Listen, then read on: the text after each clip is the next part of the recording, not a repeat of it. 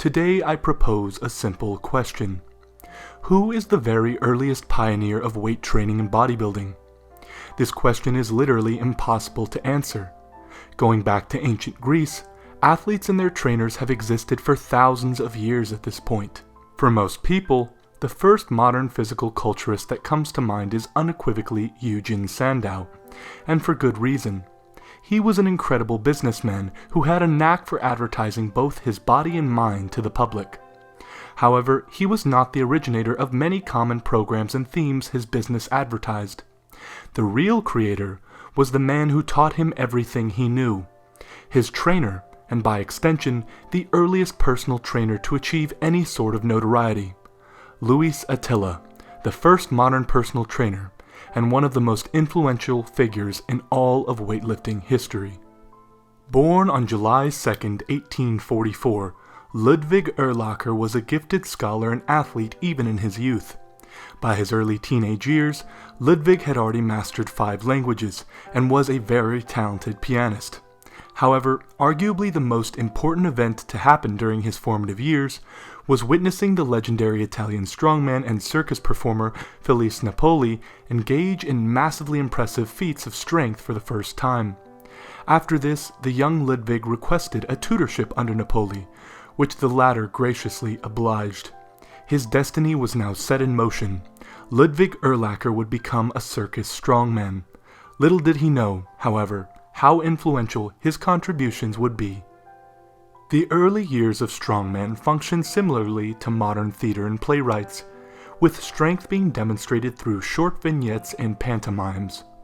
Weightlifting itself was just an act within the greater performance. Ludwig's mentor, Felice Napoli, was a well-rounded athlete in his day, who performed as a strongman, slack rope artist, and trapeze artist. He was recognized for his artistic presentation of many acts, as well as his exceptionally beautiful singing voice, which earned him the nickname Athlete Tenor. No doubt working with such a successful strongman influenced the young Ludwig's journey. Like nearly all successful strongmen, sports played a big part in Ludwig's early life. His athletic repertoire at the time included track and field, swimming, and sharpshooting. After being exposed to wealth and prosperity for some time, the young Ludwig made it his mission to become successful in theater initially. In 1863, Ludwig adopted the name Victor da Attila. The name Victor was chosen for its marketability, while the last name Attila represented power and dominance, and was obviously inspired by Attila the Hun of 3rd century fame. During these early years, he performed both solo and alongside associated acts, including a very famous strongwoman named Valerie the Female Gladiator. His performances received generally favorable reviews, being well staged and financially successful. His combination of strength, balance, and showmanship earned him great respect from onlookers and performers alike. As a performer, he set himself apart from his contemporaries with intelligence and innovation. Some unique exercises and apparatuses he created include the bent press, human bridge, Roman chair, and shot-loaded globe barbell. As his popularity grew, Attila became a household name. Royalty across Europe began requesting his services. Some of his most notable and wealthy clients included Alexander III, the Tsar of Russia, King George of Greece, and the Prince of Wales, who became King Edward VII of England. In 1886 or 1887, Attila opened a gym in Brussels. It was here where he met a strong yet underdeveloped Friedrich Müller, who later became the world-renowned Eugen Sandow. Within 2 months of arduous training, Sandow had already eclipsed Attila in most strength exercises. As his trainer had done with him before, Sandow began accompanying Attila in 1887, where the duo performed both strength and physique acts until their relationship began to fizzle in early 1889. As Sandow began making a name for himself as a solo act, Attila moved to London, where he opened up a new gymnasium in Bloomsbury. Here he taught the public about exercise and strength training. His good standing with the public also made his gym very popular with the rich and wealthy, including National Police Gazette publisher Richard K. Fox, who was the first to advise Attila to move to the States, a recommendation he chose not to immediately act on. Soon after, Attila once again began associating with Sandow, whom he trained at his gym in preparation for a strongman challenge against Charles A. Sampson. In 1889, Sandow successfully defeated Sampson in the competition and rejoined Attila to perform at the Alhambra Music Hall. After this, the pair joined up with the magician Bertram on tour in England and Scotland in an act that came to be known as Music, Muscle, and Mystery, which combined the best aspects of theater, strongman, and magic into a single show. Well into his 40s at the time, the media praised Attila's compact physical stature and unwavering power. Surprising to many of the onlookers, the aged Attila easily kept up with the much younger and impressively built Sandow in most areas. At the conclusion of their short tour, Sandow accepted a challenge from the McCann brothers against the recommendation of Attila, which he unfortunately lost. This caused yet another fissure between the two. Following this, Sandow moved to the United States, where he appeared in the 1893 Chicago World Fair. Concurrently, he was located and charged with theft by a former associate performer named Sarah White. On the behest of White, Attila immigrated to New York specifically to testify against his former student. The case was settled out of court, with Sandow paying a significant sum to both Attila and White. By 1894, the relationship had collapsed even further, with the two exchanging threats, criminal charges, and constant name-calling. The pair eventually did make up once more.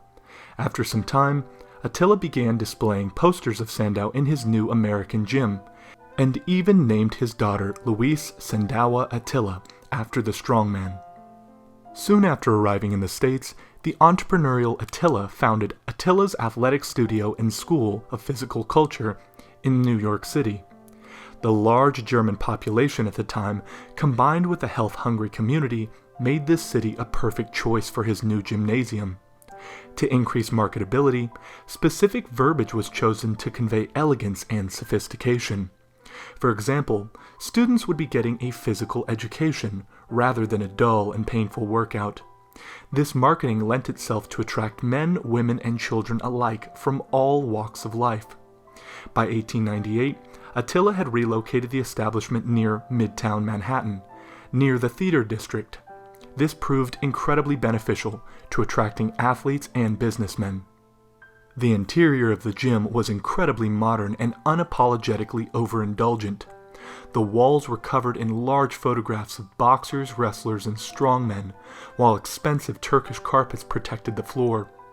A large oil painting of Attila in his leopard skin stage costume dominated one wall, while another wall held a large ornately framed mirror.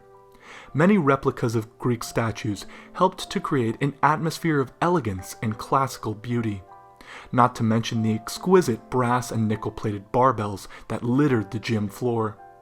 As Sigmund Klein described it, this gym was a strongman paradise. Attila used his friendship with Richard K. Fox to bolster his popularity in North America. Among his many celebrity guests included nearly all the contemporary strongmen. Legends of the sport such as Louis Cyr, Horace Baer, Warren Lincoln Travis, Henry Titus, and Adolf Nordquist all stopped by at some point. The gym was also graced by wealthy businessmen, including Richard K. Fox, J. Pierpont Morgan, Alfred Vanderbilt, Florise Ziegfeld, Oscar Hammerstein, John Philip Sousa, and heavyweight boxing champ James J. Corbett, just to name a few. Due to his popularity, Attila opened an additional 2 gyms in the eastern U.S. by 1912. It was no secret that Attila had a particular fondness for the sweet science of boxing. With the endorsement stemming from the Police Gazette, Attila frequented big prize fights to give exhibitions demonstrating his strength and power. In one show, he successfully won a tug-of-war match against 26 strapping British soldiers, using only his teeth at the tender age of 48. When it came to functional performance, Attila endorsed sport-specific training regimens to prepare them for competition. He thought of weight training as being the most effective way to generate increased speed and power in athletes, which clashed against beliefs of many physiotherapists at the time. Attila got his chance to test his theory when heavyweight champ James J. Corbett requested his service in preparation for his next match. Using principles associated with the anatomy of the hand and wrist, Attila trained Corbett specifically to strengthen his hook blow punch, using exercises prescribed in his famous 5-pound dumbbell exercise system. Corbett trained exercises that imitated a punch and made sure to work through the entire range of motion. After winning his match, he credited Attila for his success and awarded him a gold medallion the following year in commemoration. Attila understood the basic principles behind progressive weight training and pioneered a concept that is commonplace today, known as the specificity of training. His 5-pound dumbbell exercise system was originally developed for Baden sharpshooters.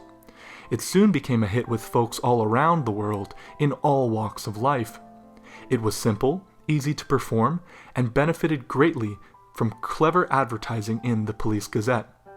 Nearly all muscles were targeted, including the triceps, biceps, forearms, shoulders, pecs, back, quads, and calves.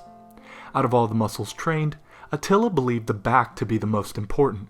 According to him, the back is where the strength lies. As such, he dedicated 3 exercises specifically to it, including a very common version of the deadlift. Most of the exercises he advocated are still performed today in some variation, and with much heavier weights in most cases. He was truly an innovator of the sports performance program. Unlike Eugen Sandow, who claimed the light dumbbell system is all most people will ever really need, Attila viewed it as a beginner routine to build a foundation.